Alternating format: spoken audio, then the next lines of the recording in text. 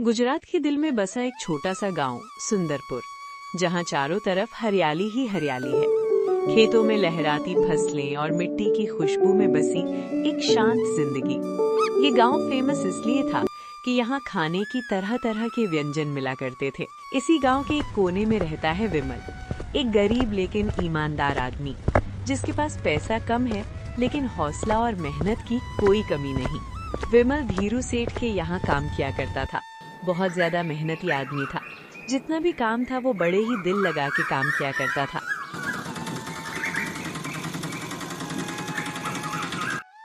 सेठ जी, मैंने अपना आज का काम पूरा कर दिया है। मुझे मेरा महीना के मजदूरी के पैसे दे दीजिए।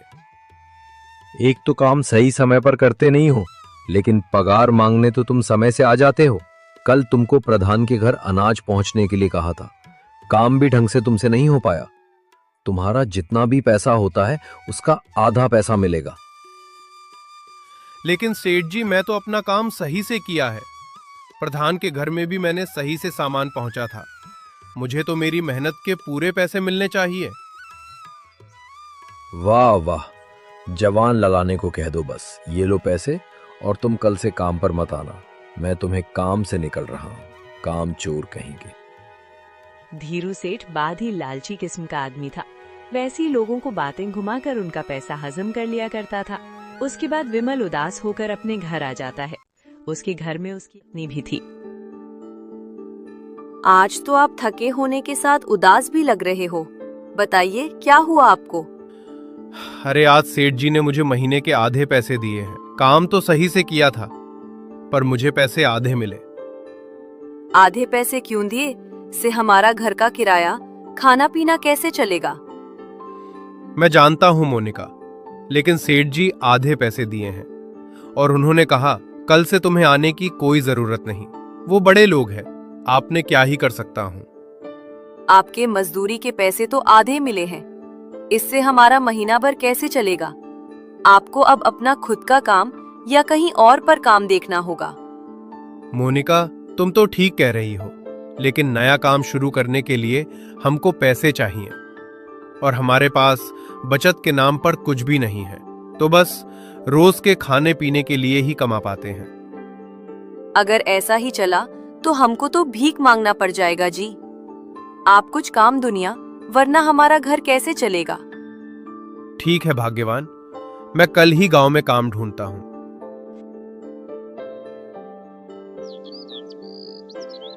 तभी विमल काम की तलाश में गांव के बाजार की तरफ जाता है। कभी उसको सरवन का काम मिलते हैं। अरे विमल बेटा, आज काम पे नहीं गए हो क्या? अरे काका, मैं वहां पर काम छोड़ दिया। सेठ बहुत काम करवाता और पैसे भी नहीं देता था और नया काम के तलाश में हूँ। अरे तो काम मिला क्या गांव में? तो कहीं जगह खाली है काम के? तुम्हें मिल ही जाएगा। नहीं काका, ये कैसा गांव है, यहाँ करने के लिए कुछ काम ही नहीं है और कहीं काम करने जाओ तो लोग दिन के 50 देते हैं। अरे इतने पैसे में तो दिन भर का राशन भी नहीं आता। अरे अगर यहाँ पर कोई काम नहीं है तो शहर जाकर काम ढूंढो ना। शहर में तो लोगों के पास बहुत काम होता है। हमारे गांव से भी तो कितने लोग शहर में काम करने के लिए गए हैं। एक तो मैं पढ़ा लिखा हूँ नहीं उतना, और वहां पर अगर 20,000 भी कमाऊं ना तो आधे से ज्यादा पैसे तो वहां किराए और खाने पीने में खर्च हो जाएंगे। वहां पर रहने के लिए कमरा भी बहुत महंगा मिलता है। अब ना तुझे आपको गांव में काम मिल रहा है और ना ही शहर जाने के लिए मान रहा है, तो फिर ऐसे कैसे काम चलेगा? तभी वहां पर एक आदमी पर्ची बांटता हुआ दिखा।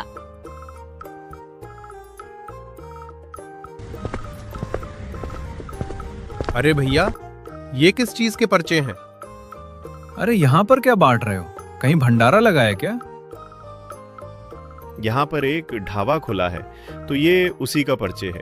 आपको हमारे ढाबे पर स्पेशल गुजरात का मटन और पूरी मिलेगा। अगर आपको भी ढाब पर जाकर खाना खाना है तो जरूर जाइए। उसकी बातें सुनकर विमल कहता है, भाई इधर मेरे पास राशन खरीदने के पैसे नहीं हैं, तो ढाब पर जाकर खाना कहां से खाऊंगा? अरे ठीक तो है विमल बेटा, अभी नया नया ढाबा खुला है, मजदूरों के भी तो जरूर होगा। वहां पर खाना बनाना तुझे बहुत अच्छा पैसा मिल जाएगा। ठीक कहा काका आपने। मैं अभी जाकर उसे ढाबे में पूछता हूँ, मेरे लायक अगर कोई काम खाली हो तो। हाँ भैया, अभी ढाबा नया नया खुला है, तो सेठ जी कह रहे थे काम करने के लिए भी लोगों की जरूरत है।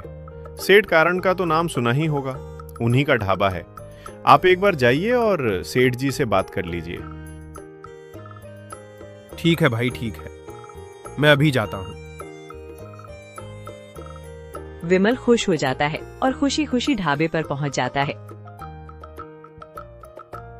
अरे सेठ जी, अभी आपका जो आदमी ढाबे के पचे बांट रहा है ना, वो मुझसे मिला था।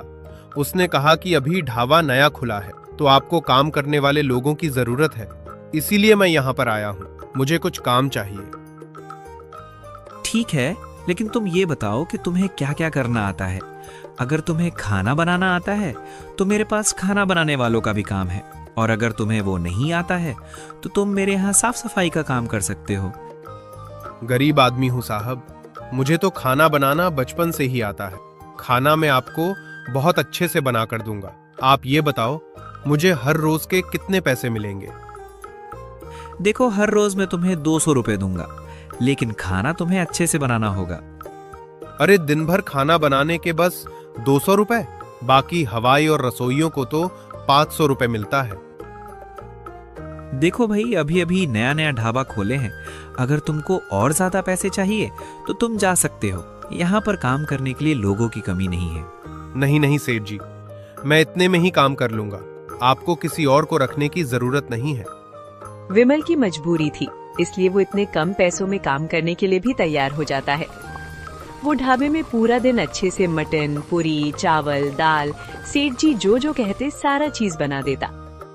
वाह भाई, खुशबू तो काफी अच्छी आ रही है। तुमको खाना बनाना भी अच्छे से आता है। ऐसे ही विमल दिन भर खाना बनाता और तो शाम को उसे जो रुपए मिलते हैं, उन पैसों में वो घर पर राशन लेकर चला जाता है।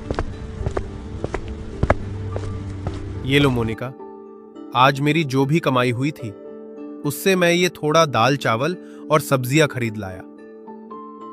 आज के राशन का तो इंतजाम हो गया, लेकिन अब कल के राशन का क्या करेंगे? अब तुम्हें चिंता करने की कोई जरूरत नहीं है मोनिका। गांव में एक नया ढाबा खुला है, मुझे वहां रसोई की नौकरी मिल गई है। अब हमारा यहाँ रोज खाना बनेगा, तुम चिंता मत करो।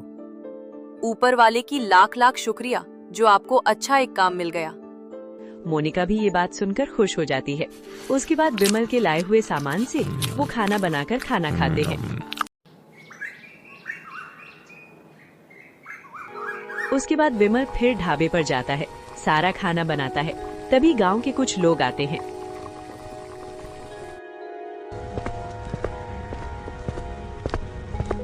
अरे, हमने सुना है नया ढाबा खुला है।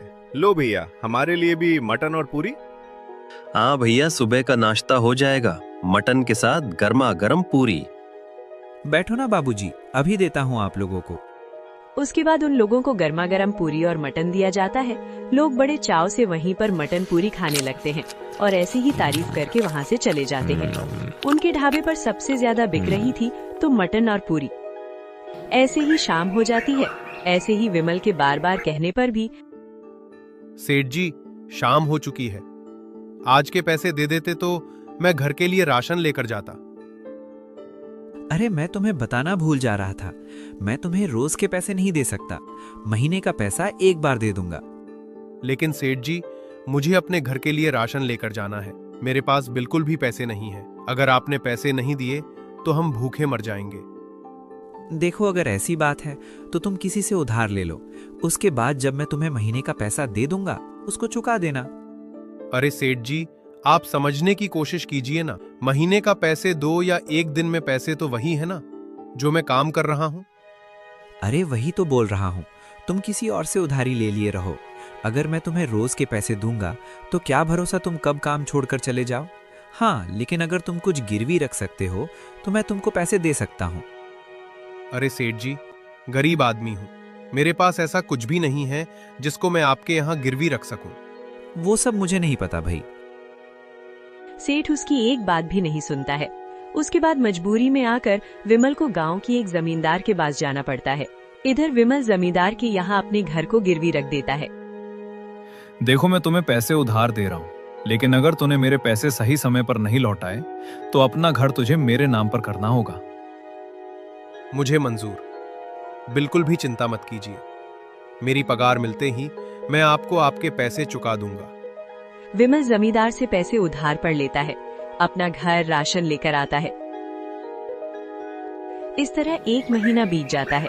ऐसे ही उसका ढाबा भी चल रहा था और लोग खाने भी आ रहे थे। ऐसे ही करते करते पगार मिलने का दिन आ जाता है। सेठ जी, मुझे काम करते हुए 1 महीना बीत गया। अब तो आप मुझे महीने की पगार दे दीजिए। देखो, आज मेरे पास इतने पैसे नहीं हैं। तुम कल तक इंतजार करो, मैं कल तुम्हें पैसे दे दूंगा।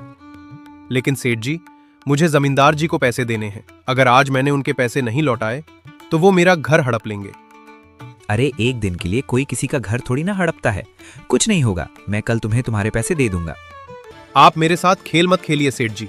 मैंने अपनी आंखों से देखा, आपके यहाँ मटन पूरी बहुत ज्यादा बिकती है। महीना भर से आपकी बहुत अच्छी कमाई हुई है। ये सब बातें सुनकर सेठ बहुत ही गुस्सा हो जाता है। तेरी हिम्मत कैसे हुई मुझसे इस तरह से बात करने की? जा, नहीं देता मैं तुझे तेरे पैसे। तुझे जो करना है कर ले। और अब तो मैं तुझे कभी पगार नहीं दूंगा, और ना ही तुझे अब यहाँ पर काम करने आने की जरूरत है। आप ये बिल्कुल ठीक नहीं कर रहे हैं सेठ जी। एक गरीब के साथ छल करके बहुत बड़ा पाप कमा रहे हो। ऊपर वाला देख रहा है, भगवान आपको इसकी सजा जरूर देंगे। अरे चल निकल यहाँ से। बड़ा आया है मुझे यहाँ भगवान की धमकी देने वाला। सेठ करण को धक्के मारकर वहाँ से निकाल देता है। विमल बहुत ही ज्यादा उदास होकर अपने घर की ओर जाता है। तभी थोड़ी देर बाद जमींदार का आदमी तपन विमल के घर आता है।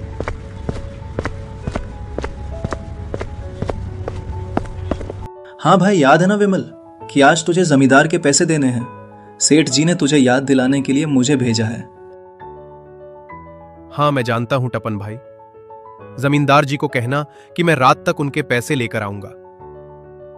ठीक है, लेकिन रात तक पैसे लेकर आ जाना, वरना तुम्हें पता है ना, तुम्हारा घर तुम्हारे हाथों से चला जाएगा।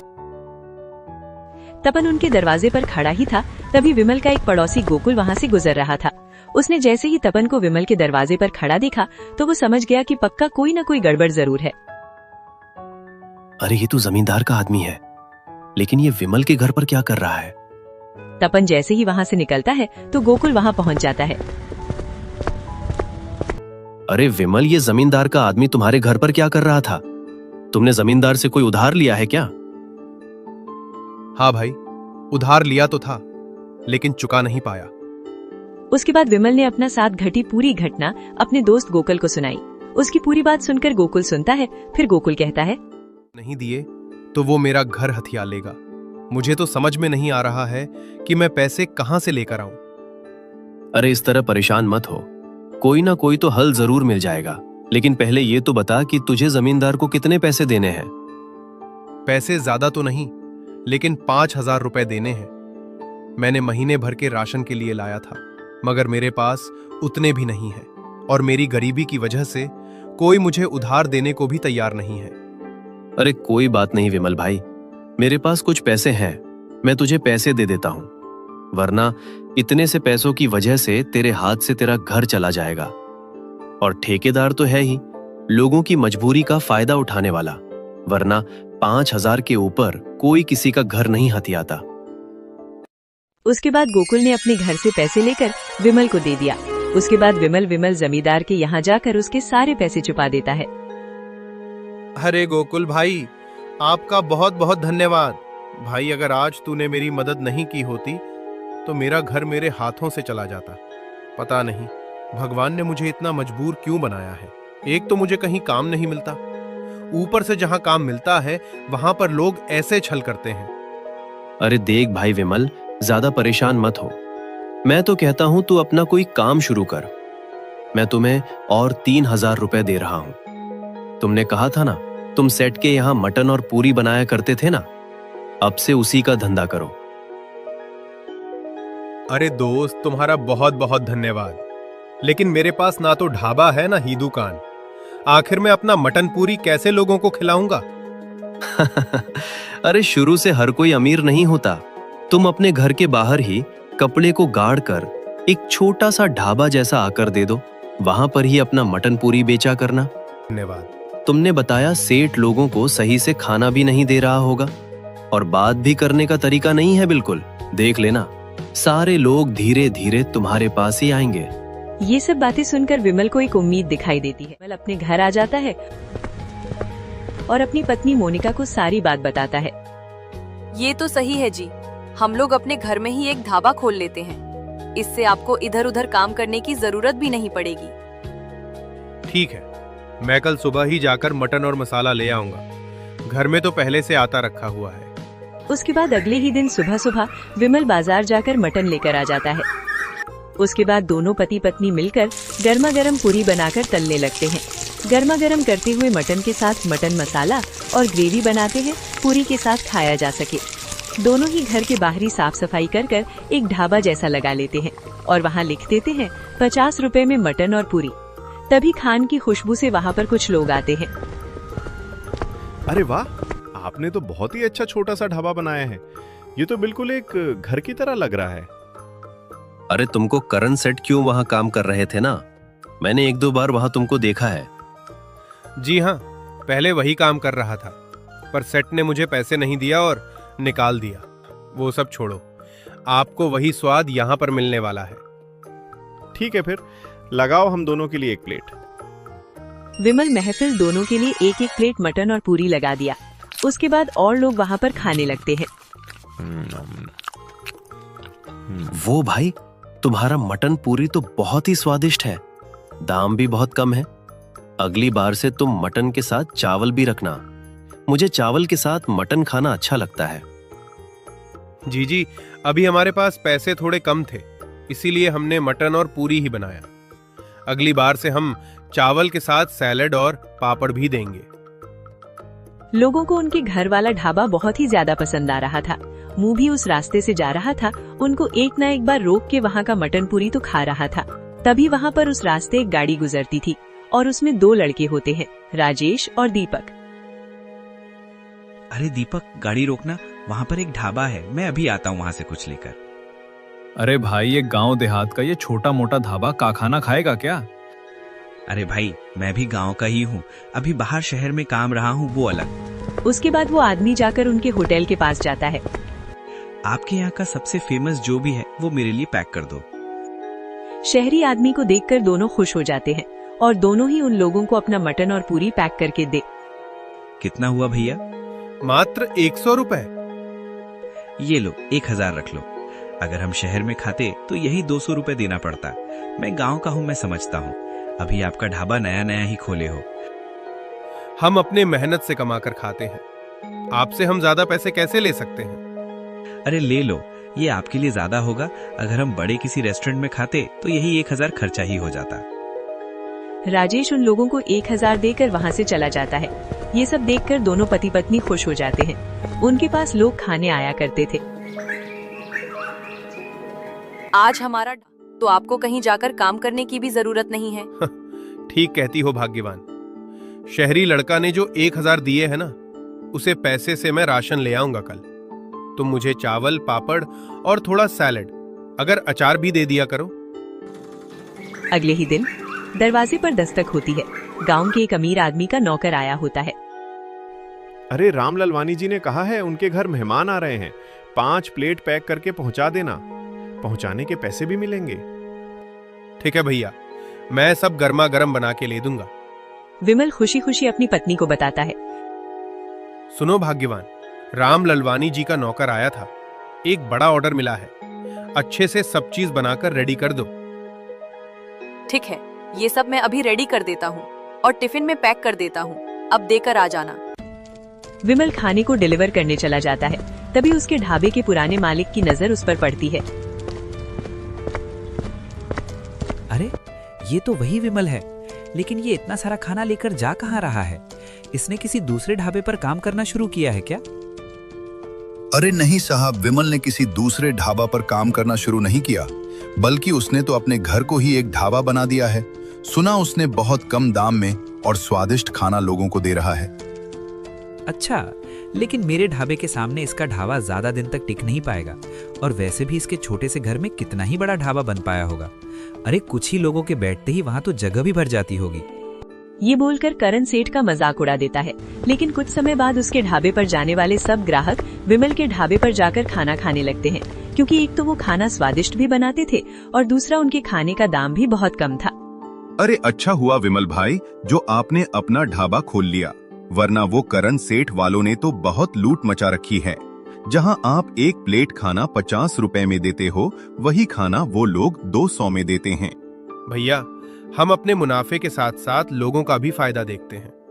मैं खुद गरीब की भूख समझता हूं साहब, इसलिए खाने का दाम उतना ही रखता हूं जिसमें ना तो मेरा नुकसान हो और ना ही ग्राहकों के लिए महंगा हो। वाह भाई साहब, अगर हर इंसान की सोच आपके जैसी हो जाए तो ये दुनिया बहुत सुंदर हो जाएगी। लेकिन अफसोस, हर इंसान आज के समय में केवल अपने फायदे के लिए ही सोचता है। विमल के ढाबे के अच्छे और सस्ते खाने और उनके अच्छे व्यवहार के चलते हर कोई उनके ढाबे पर जाकर ही खाना खाता था, जिस वजह से करण सेठ के ढाबे पर लोगों ने जाना ही बंद कर दिया, जिस वजह से उसका काम बिल्कुल ठप पड़ गया। अरे उस विमल के चक्कर में मेरा ढाबा बंद हो गया। मुझे कुछ भी करके उसका ढाबा बंद करवाना होगा, वरना मेरा काम दोबारा नहीं चल पाएगा। अरे मालिक, कुछ गुंडों को उसके पास भेजकर उसे धमकी दिलवा दो। अरे वो इतना डरपोक है कि डर कर ही काम बंद कर देगा। सेठ को नौकर की बात में दम लगता है और वो कुछ गुंडों को इसे देखकर विमल के पास भेज देता है। जो नया ढाबा खुला है विमल का, उसको तुमको किसी भी तरीके से बंद करवाना है। ये लो पैसे। अरे ओ शाने, चल जल्दी जल्दी हफ्ता निकाल। माफ करना साहब, लेकिन हमारे यहाँ ऐसी कोई डिश नहीं मिलती। अरे ओए, खुद को ज्यादा समझता है क्या? अरे हफ्ते का मतलब हमारा हफ्ता दे, पैसे दे हमें। हाँ, और अगर तूने हमें वो पैसे नहीं दिए तो तेरा पूरा घर तोड़ दूंगा। अरे ऐसे कैसे तुम? क्या दादागिरी है आप लोगों का? गुंडागर्दी तो हमने अब तक तुझे दिखाई ही नहीं। अच्छा चल, हमें हफ्ता मत दे, लेकिन कल से तेरा ये ढाबा खुलना नहीं चाहिए। अगर ये ढाबा खुल गया तो तेरा हम जो हाल करेंगे ना, वो तो सपने में भी नहीं सोच सकता। वो गुंडे विमल को धमकी देकर चले जाते हैं।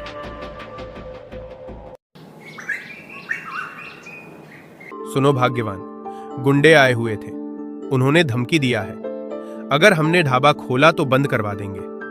क्या करे भाग्यवान? अरे कोई भी आकर हमको धमकी देगा तो क्या डर जाओगे आप? तो हम बंद कर देंगे क्या? उसके बाद मोनिका के कहने पर विमल ही मान जाते हैं और अगले दिन ही लोग अपना ढाबा खोल लेते हैं। विमल का ढाबा खुला होता है, जिसे देखकर सेठ का खून खौल उठता है। तुम लोग किस काम के नहीं हो?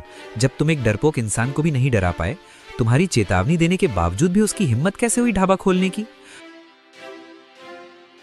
ओ सेठ जी, आजकल बातों से कौन डरता है? अगर उसे 2-4 लगवा दिए होते तो ढाबा खोलने की हिम्मत भी नहीं करता। ये तो खड़े खड़े मेरा मुंह क्या देख रहे हो? उसकी हट, ताकि वो कल से ढाबा ना लगा पाए। आपका काम कर देंगे सेठ जी, लेकिन हमको हमारे पैसे तो दो। मारपीट की अलग पैसे लेते हैं हम सेठ जी। पैसे तुम्हें कल भी दिए थे, लेकिन तुम कुछ काम नहीं किए। आज तुम अपना काम करो, उसके बाद पैसे दूंगा। उसके बाद गुंडों के साथ सेठ भी विमल के ढाबे पर चला जाता है। ये ढाबे पर ग्राहक खाना खा रहे थे, उसके बाद धमकी देने लगते हैं। अब विमल, कल भी मेरे आदमी ने तुझे धमकी दिया था, तूने उनकी बातों को अनसुना करके आज फिर ढाबा लगा लिया। अच्छा, तो ये दोनों आपके आदमी थे? अच्छा किया कि मैं अपना ढाबा बंद नहीं किया। मुझे पहले ही लग रहा था, क्योंकि मेरे ढाबे खोलने के बाद तुम्हारे उस ढाबे पर कोई खाना जो नहीं जा रहा है। लेकिन आप मेरी भी बात सुन लीजिए सेठ जी, मैं अपना ढाबा किसी भी हाल में बंद नहीं करने वाला हूं। जो करना है कर लो, बहुत हो गई आपकी दादागिरी। अच्छा, तू ऐसे नहीं मानेगा, तेरी खातिरदारी करना ही पड़ेगा। सुनो तुम लोग, इसको इतना पीटो कि जब तक ये अपना ढाबा खुद से ही बंद ना कर दे। कोई रहम मत करना इसके ऊपर। बस बहुत हो गया सेठ जी, आप बस अपनी मनमानी ही कर रहे हैं। पहले भी आप इनको महीने भर काम करवाएं, पर 1 रुपया नहीं दिए। अब जब हम लोग अपना ढाबा खोल लिए हैं, तो आप उसको ही बंद करवाने पर तुले हो। अरे क्या कर लेगी तू? नहीं डरते हम। अगर आप यहाँ से नहीं जाओगे तो मैं पुलिस कंप्लेंट कर दूंगी। उसके बाद सेठ एक नहीं सुनता है और उन लोगों को पिटने लगता है। तभी उनके ढाबे से एक आदमी खड़ा होता है और उन लोगों को पीटने लगता है। अरे बड़ा शौक है ना तुम्हें गरीबों पर अत्याचार करने का, लेकिन कोई बात नहीं, तुझे तो अब मैं बताऊंगा। अरे तुम कौन हो और क्यों हमारे मामले के बीच में आ रहे हो? मैं एक पुलिस ऑफिसर हूँ, अभी नहीं मेरी पोस्टिंग हुई है। मेखाना बनाने की वजह यहाँ आकर खाया करता हूँ। वो आदमी पुलिस ऑफिसर था जिसकी इस गांव में नई नई पोस्टिंग हुई थी। अब मैं तुम्हें बताऊंगा कि दादागिरी किसे कहते हैं। वो सेठ को रंगे हाथों पकड़ता है और उसे जेल में डाल देता है। सेठ को उसके किए की सजा मिलती है। ऐसे ही उसके बाद विमल भी अपने ढाबे पर गरीबों और सबको खाना खिलाता है। धीरे धीरे उसके मटन और पूरी की चर्चा दूर दूर गांव में फैल जाती है। धीरे धीरे अपना एक बड़ा सा ढाबा भी खोल लेता है। अगर आपको भी ऐसी टेस्टी मटन और खाना है तो हमारे कार्टून कहानी चैनल को सब्सक्राइब कर दीजिए। हमारे अगले वीडियो में विमल झारखंड से, मोनिका रावत ऋषिकेश से, धीरू नेपाल से, राजेश यूपी से, दीपक छपरा जला, करण और सरवण बाप बेटे, तपन अंजलि हस्बैंड वाइफ और वीर राम लालवानी कमेंट किया था, तो इस वीडियो में इन सबका नाम इस्तेमाल किए। अगर आप चाहते हैं अगले वीडियो में आपका नाम इस्तेमाल हो तो प्लीज कमेंट में अपना एक प्यारा